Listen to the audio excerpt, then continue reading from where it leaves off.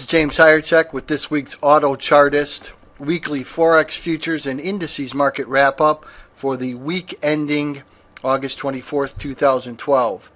After trading virtually sideways for 21 market days, XAUUSD, or gold, finally broke out to the upside, making it the commodity market to watch on August 24th. We had been watching this pattern for several weeks following this breakout of this triangle pattern in late July, and then this consolidation move that took place for much of the month of August.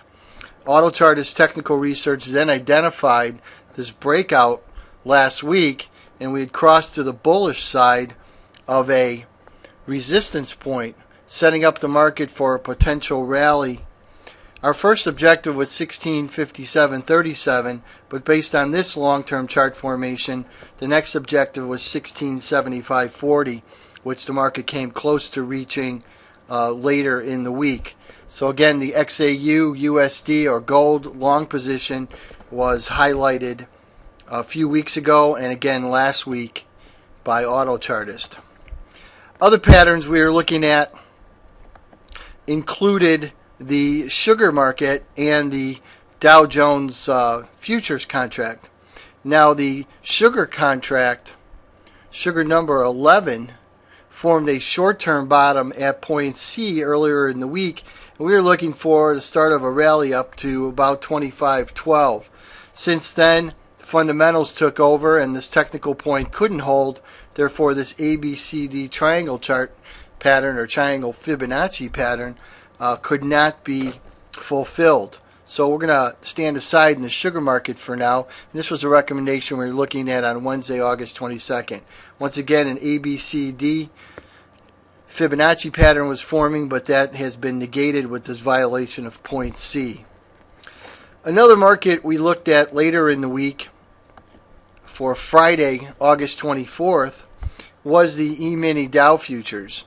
After this huge rally since July 1st that had plenty of zigzag action or setbacks and counter trend moves, we finally came close to breaking out to the upside in a multi-month high, and the market failed to follow through to the upside.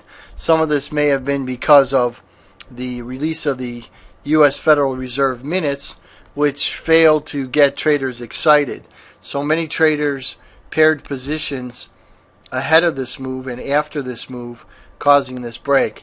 Now, because of this channel up formation, we could get a pullback as far as 12,752, but that is unlikely unless momentum starts to come into the market pretty hard. Therefore, we're looking at about the 13,000 area as a potential retracement zone support. As you can see from this channel, the trend is still up in the Dow, and we could be going through a corrective move. Swing traders may want to wait for the market to get near support, then play for another move back to the upside.